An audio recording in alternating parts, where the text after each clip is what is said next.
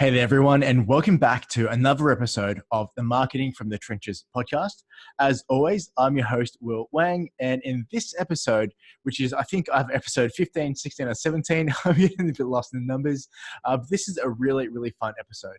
I've got my friend Marius du Preez on today's episode, and what we're discussing is a bit of a 2-for-1. So Marius runs a Facebook advertising agency that specializes in helping mortgage brokers get more leads, get more sales, and grow their business. So we're going to be looking at, first and foremost, what's working in that industry, or the the mortgage industry. And then we're also going to be looking at how Marius himself is growing his Facebook advertising agency. So it's going to be really interesting because he's kind of pivoted his business model a little bit. And from that one pivot, he's been growing exponentially and growing so quickly over the past few months. So a really great, interesting episode. I think you get a lot from it and it'll be a lot of fun. Had a great time filming this episode, and I think you get a whole bunch of value.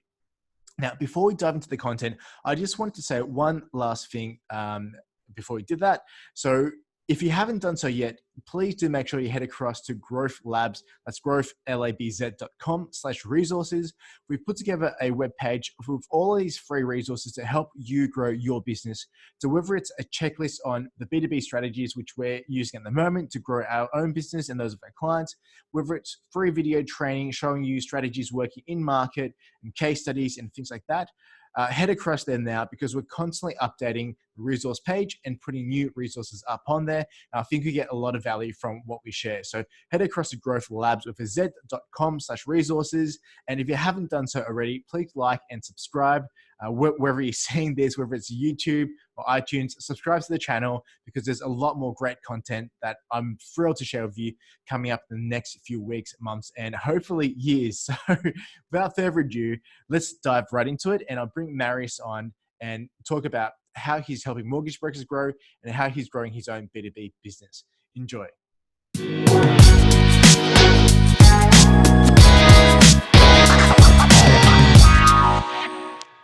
Ladies and gentlemen, welcome back to the Marketing from the Trenches podcast. I've got my friend Marius on the podcast here with us today.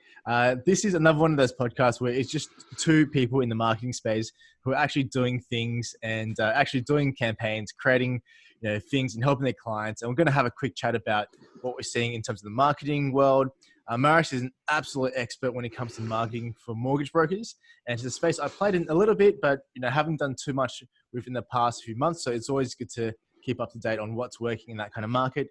And then I'm going to ask Marius about his course as well that he's done, because he's scouted his business really quickly and really well and very cleverly, I think, through using courses. So Marius, welcome to the podcast, dude. Thanks, mate. It's awesome to be here, and obviously first time for me. So go briefly. We've broken your podcast, Jerry. Yeah, make it happen. Only for you. Oh, thanks, man. So just to get us kicked off in the conversation, I want to find out a little bit more about your background, how you got to this point, because we met briefly at an event called the Mastermind run by Ben Simkin, and great event. Ben's such an awesome marketer as well. But tell me a little bit more about your background, what you've done, and how you got to this point. Yeah, too easy, mate. So I was actually, before I started my own business, I was a completely different industry. I was in the IT industry. I did IT for 8 years, working on like project management, cloud migrations, server migrations, anything like virtual servers. Transitioned over to the sales and marketing side of roles like 2 years before I left, and never done it before, and I enjoy doing it. But what happened is we got to a point where the company was growing. I wasn't put on commissions, did a lot of sales, refused to get commissions. And I got to the point where I was like, okay, well, I'm earning a lot for the company, but I'm not getting to see all the extra benefits of a commission-based role. So when I did that, I said, well, how hard can it really be to start your own business? Which... obviously starting your own business is a whole different sort of ballpark. I was scared. I've tried a few times before to start my own business. Never came through, always failed. So I think this is like attempt 3 or 4 for it. I started in a whole different industry, in the marketing industry, working with mortgage brokers. So Facebook agency, left the IT stuff all back together, which I guess coming from an IT background, I have a lot of technical aspects, get to learn something quick, which worked really well for Facebook. and then applying the marketing thing to it. So I've now run an agency. December, I clocked 2 years. This month is 18 months full time. So yeah, it's still quite fresh for me. Running a business is fresh for me. So it's crazy where you would think give up a 40-hour work week for working for someone else to instead work 60, 80 hours on your own for way more stress. So that's me. I work with mortgage brokers, have been for the last almost 2 years. Enjoy it. It's been awesome.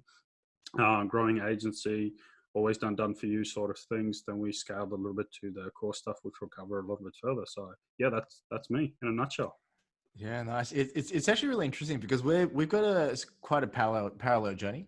Because I started off in corporate IT as well. I used to run business intelligence and data teams. So I used to be on that side of things, implementation, a little bit of pre-sales, not too much sales. I mean, I was a massive introvert, so I couldn't sell for the life of me. So they kind of kept me away from that side of things. But when I came out of it, one of my biggest clients, when I first went into agency, and there's a whole story around that, which, I'll share one day. But I got a fairly well-known client or a branch or a franchise of a client on board as mortgages. So I kind of went heavy into that industry as well before all the IT guys came knocking on my door and kind of pulled me back into tech and IT and stuff like that. So kind of similar, and do the whole thing, like how hard can a business be? 18-hour days later, like, holy shit, like it's actually pretty hard. So yeah, man, awesome story.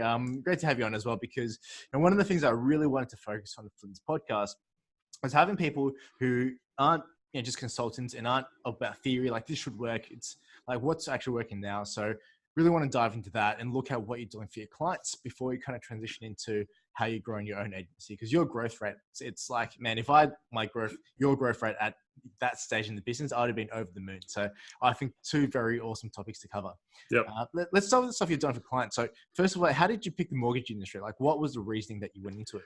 Yeah. So I guess, for me, I started as any agency where everyone's like, okay, Facebook, go to clients that you can prove the quickest ROI, and it's going to be gravy. The grass is going to be awesome, and you just got to keep doing what you're doing.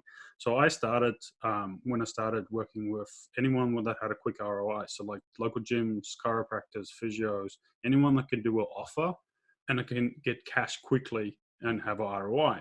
The issue I was coming up across though is as I kept going, it's like, hey, Jimmy down the road is a 12-year-old and he can do exactly the same thing you can do.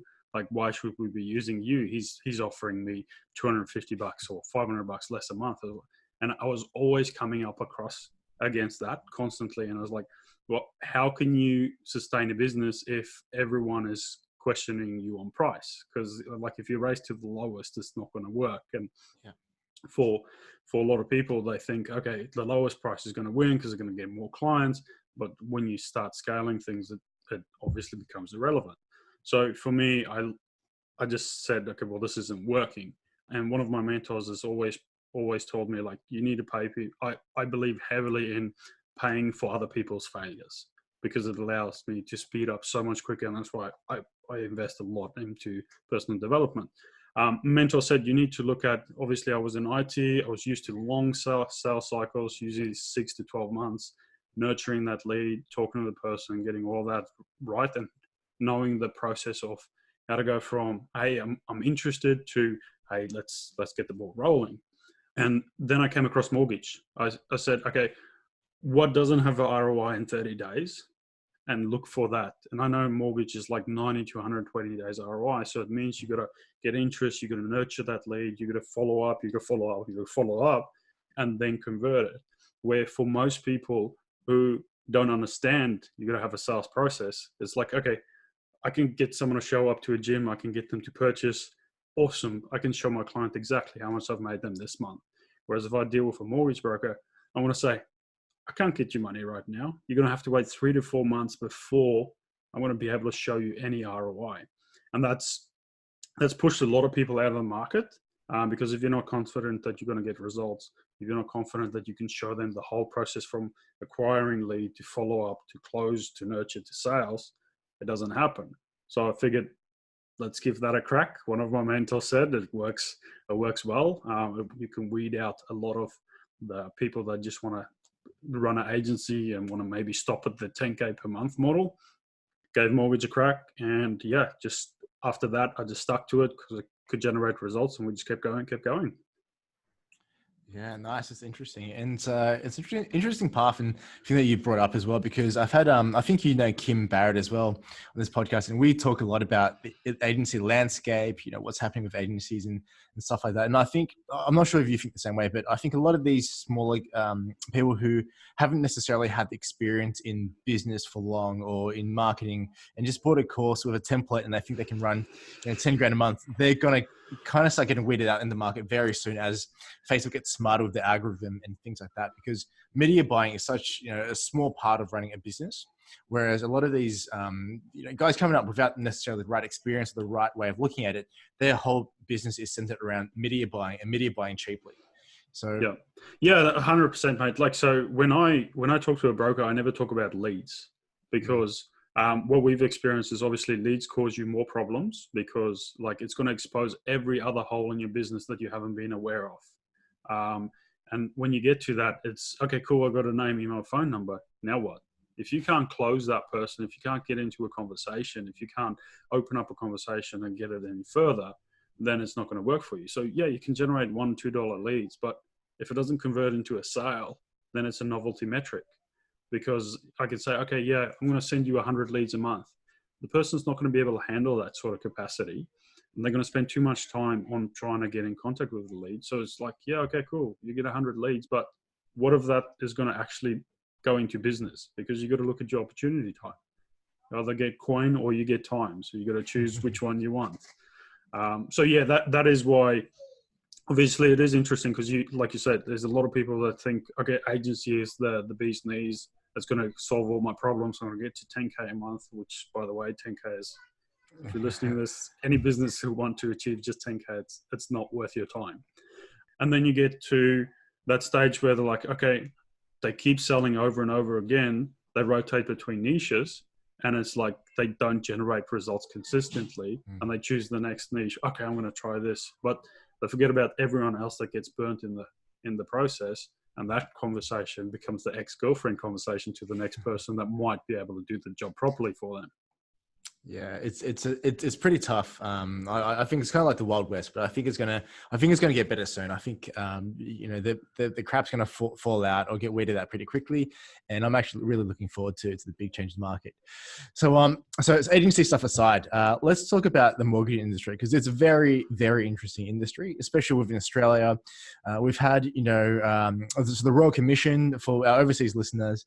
It's this whole process where they just crack down on the industry, dragged a lot of them up to court and to testify about some of the dodgy and shady dealings that they've had, and couple that with some of the Facebook issues around data and stuff. It's become, at certain points, it's become pretty tough. Like so what are you seeing, like, in terms of the market? What are you seeing works well now? Have you seen huge changes? Talk me through all of that. Yeah, so I guess it comes down to your marketing message. So if your marketing message converts, it's going to convert for you.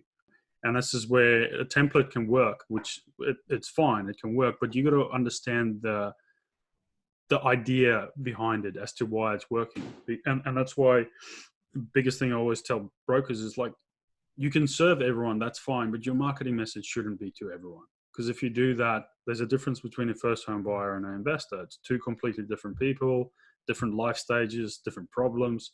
And when you try and smush everything together, it's like that just becomes noise.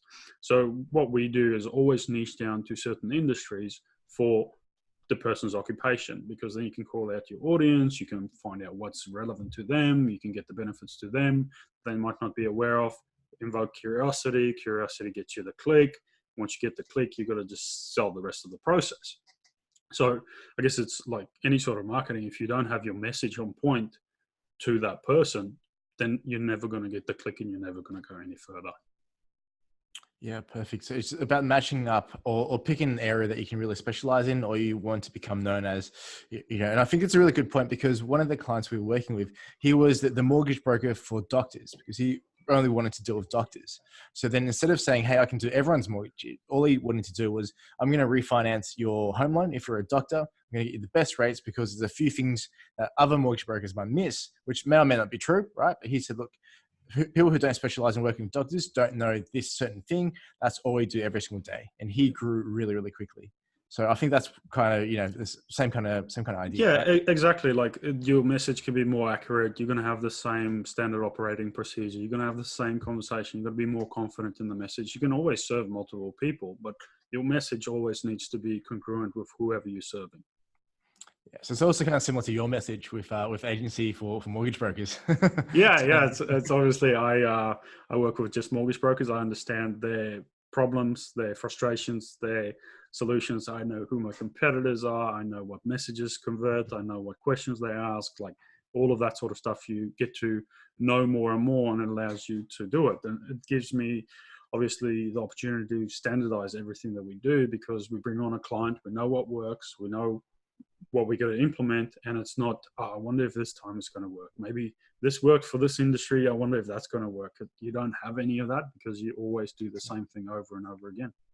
yeah, perfect. So let's dive into some of the technical stuff, right? Some of the tactical stuff, because obviously with mortgage, it's a really big industry. The banks are involved. There's a lot of big competitors or big incumbents in the market, I call them.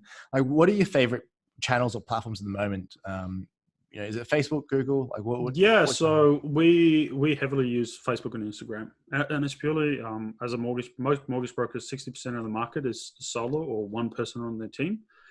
So it's a very cost-effective way to enter the market, where you don't necessarily have to compete with the banks. The big banks, they don't niche down their message, so they don't go after that same sort of space.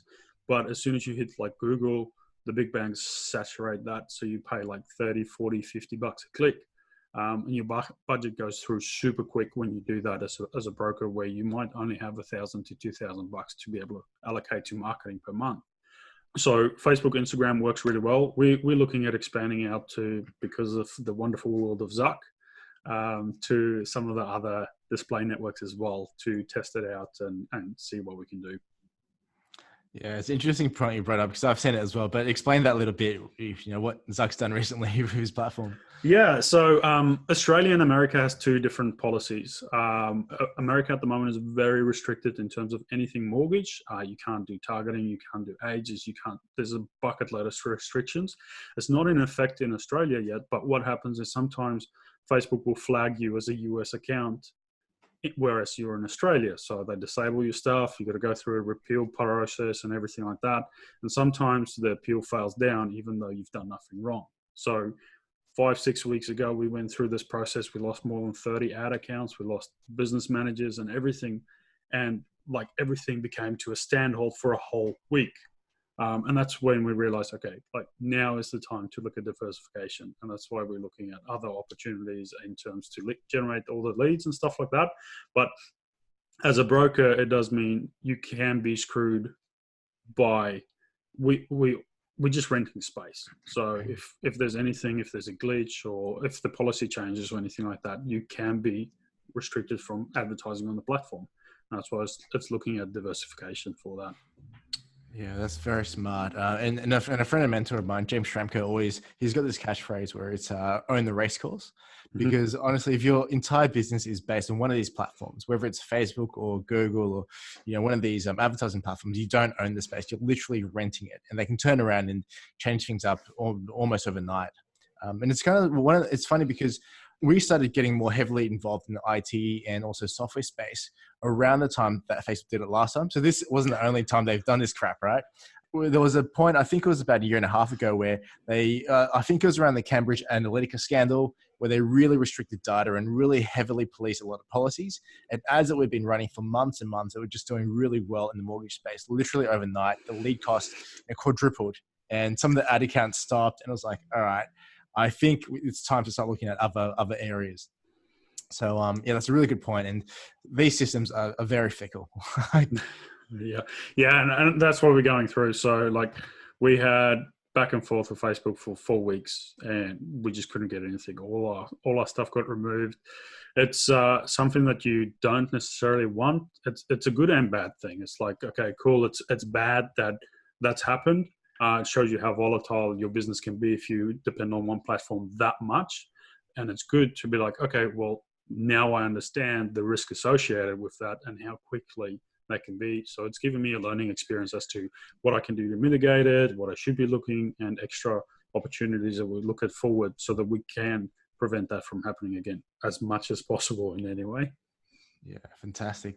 That's awesome. So let's touch on the stuff that you're doing with brokers again, because I've seen some of the screenshots that you posted up on your Facebook profile, and it's all of your clients going, damn, this worked really well. Like, we got some awesome results. Like, what's the main thing that you're working on with the brokers that you're helping for the marketing or the sales? Like, what's the key component that's getting these results? Yeah, so we help brokers in a few ways. So we've got some free content which we push a lot of brokers into a Facebook group, provide training in there. It's more about educating, as a lot of businesses are very referral heavy. Mortgage broker space is one of those as well. So there's a different structure you have to approach anyone when you come to the online space, and hey, this is an online lead compared to this is a referral lead. So trying to educate people that you should have different systems, processes, and the whole sales process in place compared to internet lead and referral lead is one of the biggest things I'm trying to expose in the market at the moment. Because when people have that same expectation of something converting at 80% plus as a referral, and then taking that conversation to an online lead where you should be expecting 10 to 15%, and then people break down and are like, no, this is shit, this doesn't work. But it's just because that expectation is, hey, I convert at 80% usually, and why am I only converting at 10 to 15% now? So I'm trying to get that education in that, and that's the free group. And then we got some paid services where we help brokers with, if they pass a certain point in their business, we will do all the ads for them. We'll run the marketing, the automation, and help them with the sales process. And they just got to pick up the phone and call the leads that come through. And then we look at the brokers who can't necessarily afford that price point, who aren't ready to scale or have the capacity to take on a bucket load of leads very quickly. We have an option where we show them how they can generate their own stuff. We help them with the sales process, the technology stack, to be able to self-generate on a, hey, I want to turn it on or turn it off sort of situation, where they can do it all themselves. And with the intention, like, eventually they'll get to the point where it's like, okay, I'm too busy now, I need to pass this on to someone else to do. Yeah, awesome. And one final question. I know I really want to hear about what you're doing with courses, because I think that's such a great transition in terms of the business model and where you're going to. But the final question on the mortgage stuff is, so you said that you're using, Facebook a lot for the brokers you're helping. Are you teaching them ads? Is it like advertising they're doing? And if so, what kind of ads are you seeing? Is it lead ads, or like what's working? Yeah. So for the course, we take them through the whole process. So we go through ads. We don't do any lead ads. Lead ads we've found usually get lower quality. We have compared lead ads. So we do survey style. So survey style gives you 10, 15 questions. It obviously gets higher intent from a lead. And then we go through the whole process of thank you page, the automated for scripting, the sales calls, the accountability, the objection handling, all of that sort of stuff goes together. So we go always niche ad to a specific industry. We give them all the ads, the targeting, the headlines, the images, you name it. We give them access to everything across multiple niches that we know work right now. And they just implement that through the survey software and through the automation that we give them as well, so that they can implement it, turn it on, turn it off whenever they want, depending on their budget, and start getting into those conversations. Oh, perfect. So it really is looking at what they're good at and tailoring an ad campaign based on the mortgage brokers and also the clients that they're going after as well.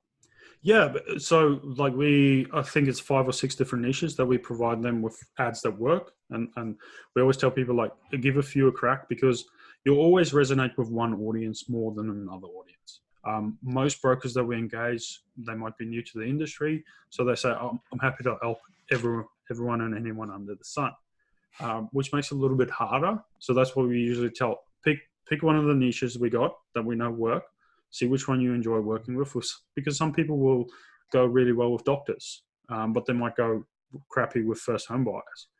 That's why we said, just test 1 or 2, see which one you enjoy, and then stick with that as you start getting results. So it is about narrowing it down, seeing what it is. And you can run multiples as well. It's not an issue. It's just we always narrow down that message. Otherwise, it just becomes noise in the market. Yeah, very nice.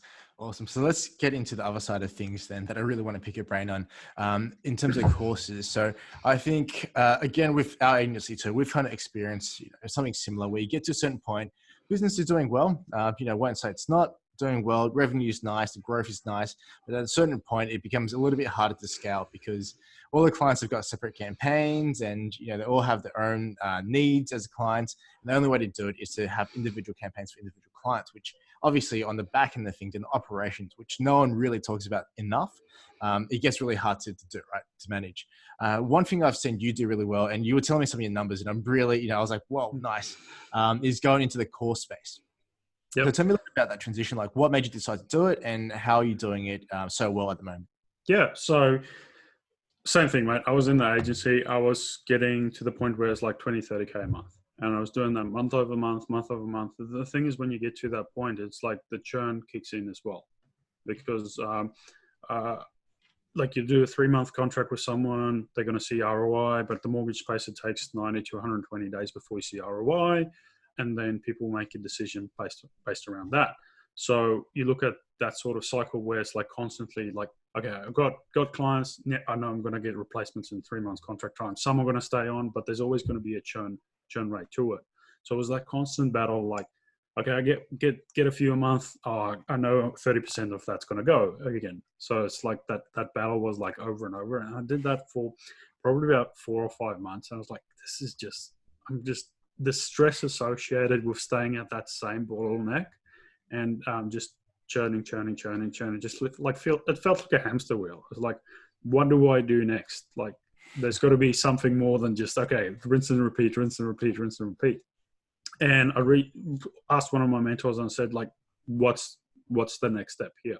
And he's like, well, okay, this is what we need to do. We need to unpack your IP and make a course which you can then sell to your right market. Because obviously I was only offering the done for you, which means I was scraping the higher side of the market for people who can afford it. But we had so many calls where we had to say, sorry, I can't help you because you're just not a fit. You're just not there in terms of what you can allocate to business growth. So we decided to unpack our IP. We worked out everything that we do for all of our done for you clients from A to Z. That's the campaigns, the automation, script, the sales, the whole process. And then we worked out some additional stuff where we saw was lacking, that even for us, our done for you clients, they were lacking it because some people don't have a CRM, or some people, they just aren't good at sales, and they might need some tips on how to transition that different conversation style between a referral and internet, or they might not be aware that if you call off a private number to a lead, it's going to be bad. So it was like the sales component was very important. So we did it all. So we hit people with first up, we want to give them some quick wins. So we show them the basics of Facebook, show them some lead ads just to get quick wins. Like, hey, you can generate stuff on Facebook. It's really easy. You can do it in half an hour to an hour if you follow it, but you're going to get the lower quality leads, the lead ads. Then we transition them to a little bit more when they're a little bit more confident. Because like, okay, now we're going to show you how survey ads work, because we're going to give you that higher intent stuff. It's going to mean more from that person who's typing in the information, and you're going to get more information from them as well. And then we transition over to people to show them, okay, this is the automation that works. Everyone obviously thinks you need to send your signature with this long of a paragraph and all your social media links and use all the fancy wording, and like, it doesn't convert. It doesn't generate a conversation. A lot of people try and sell via email, and you shouldn't be trying to sell in email as a mortgage. You should be starting a conversation. So we restructured so that people can understand, like, your email, your SMS, your automation should only have one intention, and that's to start a conversation. So going through all that scripting, providing that, and then the sales side of things as well, like having the sales so that people can understand there's a different way of talking to the person. Obviously, as a referral, you get to bank off the referral's trust from whoever it came from, whereas an internet lead, you have nothing. And you got to build that trust on that first phone call. If you can't do it, you're screwed. You miss out on that opportunity where you just spent ad spend to generate that lead. You have a crappy first phone call, that person's never going to talk to you again. So having that sort of structure in place, and then we combined it all with group calls as well. So any sort of support, Facebook stuff, we help them with that, and then combine that with sales objection handling and business growth and all of that sort of stuff. So it's more of a everything together, smush, really, as to not generating leads, because if we just generate leads, people will just spend the whole day like, okay, cool, I've got leads. Now what do I do? To actually generating the leads and all the way to closing. Yeah, fantastic. That's awesome. And so for the course in your own business, how are you finding the students for the course? I know we touched on this briefly, but it'd be good to understand like how you're getting the message out there for yourself. Yeah, so I do it through two ways. Facebook group, I heavily invest in a free group, send a lot of content in there, spend time in there, keep the group engaged, fill the group with my ideal audience, because it gives me the opportunity to market research, ask questions, expose, educate. And if I can do that, I build more trust, because like 7 to 8 hours is what you need from someone before they decide if they're going to buy from you or not. And if I can do that through the group where people can consume without me being in their face, they can do that at their own time. So it allows me to have those multiple touch points. And then we just go through normal paid traffic. So we do Facebook through to VSL, where we, again, educate people through the different processes, through a book call, and then jump on the call and then take it from there, assess where they are in their business, which offer is more relevant to them, and see if we can get them across the line. Yeah, perfect. And for those business owners listening, so VSL is marketing speak for video sales letter. It's Marius kind of explaining the concepts and how you actually help, which I think is awesome, because you're kind of giving value in advance. Like you're teaching someone in advance, and even if they wanted to, they can take what you teach and do it for themselves and trial it, which I think is great. Like it just proves how much of an expert you are. You're confident in what you're doing. So that's awesome. So you've got a free Facebook group where you're already dropping content. The other side of it too is you're driving traffic to more valuable content as well. So you're kind of, giving value in advance, essentially. Yeah, that's right. Like obviously, for me, it's allowed to educate more than anything. In any sort of market, like how do you stand out? It's by providing value before you ask for anything in return. A lot of people will. I guess it shows the consistency as well, because if you show up, if you're constantly there, people aren't going to think, oh, well, this is just like everyone else that I see that fly by night. They're here one week and the next week there's nothing. So it's about having that consistency. It allows me to put my client results in there. It gets that sort of following happening as well. Yeah, perfect. Awesome. So, hey, Marius, what's the plan for you for the next 6 to 12 months? Like what's in the works? Grow, more grow. So for me, obviously we're looking at expanding out to extra niches. So the mortgage industry is awesome, but it's such a small market in Australia where you got to obviously look out where you get to a certain point where if you keep putting ads up, you keep going through the whole audience, they're going to think you're a wanker for constantly being in their feed. They're going to become complacent of your ads. They're just going to not take note.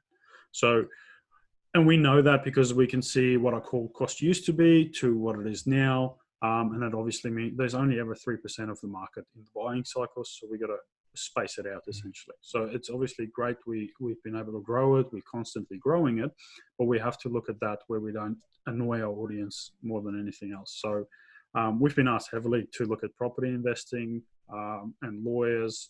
So there's a few niches that we're testing at the moment that will expand out to as well. Do the exact same concept through a group, providing the value, going through people, providing results, and then taking it further from there. Yeah, awesome. Some big things ahead for sure. So as we start wrapping this this podcast episode up, one question I always ask for everyone else is, what question should I have asked you that I haven't asked? What question should I have asked me? If my hair looks good. Don't have your head of hair though, mate. No, I guess it's it depends on what sort of audience you're after. Because like if you're looking to enter the market, what I found the quickest way to growth is invest in personal development. Like I would not be where I am now if I didn't spend a crap load in investing in every single bit that I failed on, that I flawed on. And that's where I think for me, the growth came from accepting, oh, shit at this. I need to pay someone so that I can get better at this, or get to a stage where I understand it more.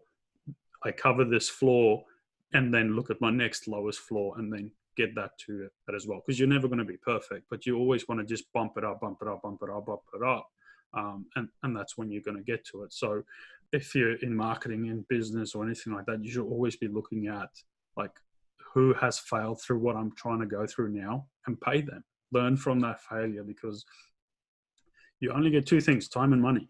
So you're either going to spend all your time trying to fail through it and get through that, or you can pay someone and speed up that process. So for me, it's a heavy believer, and I'll always believe in it, because there's so many people that's way smarter than me or have way more skill sets than me.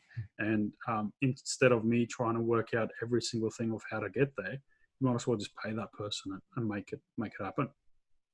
Yeah, awesome. That's such great advice. And, one of the things I truly believe in as well is the reason why my business has grown and got to the point where it is because not because, I'm smarter than anyone else, but rather the opposite. Like, I feel like I kind of started at a massive disadvantage in terms of my personality and how I approached it, but just having the right coaches at the right time in the business has really been a difference maker. And it's all, I attribute my success to everyone else around me rather than what we've done. I've just followed someone's advice. I know they're legit. I know they've done what I wanted to do. I just blindly followed, and hey, it's worked out okay so far. So that's great advice. So for any mortgage brokers out there, or, I think you mentioned lawyers as well, and also property investment coaches and educators, and they want somebody, to get some help from you, to get some direction from you, and avoid going for years and years of trial and experimentation, and just pay you to accelerate their process. Where can they find you? Yeah, mate. So anything, like anyone can just go to my website. So swellmarketing.com.au. If you've got any questions, happy to jump on a call, nut out where you are, where you want to be. We don't necessarily offer to anyone and everyone under the sun, because it purely depends on what sort of outcomes you have. We have to turn clients away, because if I'm not confident that we're going to get you results, it's pointless for me to try and be that ex-girlfriend for you, which you're going to share about everyone else about the crappy situation you had. So, and I think that's comes to any sort of business, is like you can help your audience that you can give them a return on their investment. Doesn't need to be 10x. I'm a firm believer in anything 3 to 5x, because that's reasonable. That's a good growth. But yeah, you can only work with people that you can generate results for. So if you're a plumber or a tradie, I'm going to say, sorry, mate, I can't help you. But if you are more relevant and something that we know we can generate results in, then we'd see whether we can work together. Yeah, awesome. Perfect. And I'll link all of those into the show notes as well. So we'll wrap this up here. Marius, man, again, thank you so much for coming on and sharing all of your knowledge and experience. I wish at the point in my agency where you're at now, I had the same growth rate, the same numbers as you do. So you've done an amazing job, not just for yourself and for your clients. So awesome stuff, man. And for anyone else listening, thank you so much for tuning in to another episode of the Marketing from the Trenches podcast. I'll put Marius's details into the show notes. And for future episodes, please like, share, engage, subscribe, whatever platform you're on. We've got some good stuff coming down the pipeline as well. So always good to have you guys on board, and catch you on the next episode. Awesome. Thanks heaps, mate.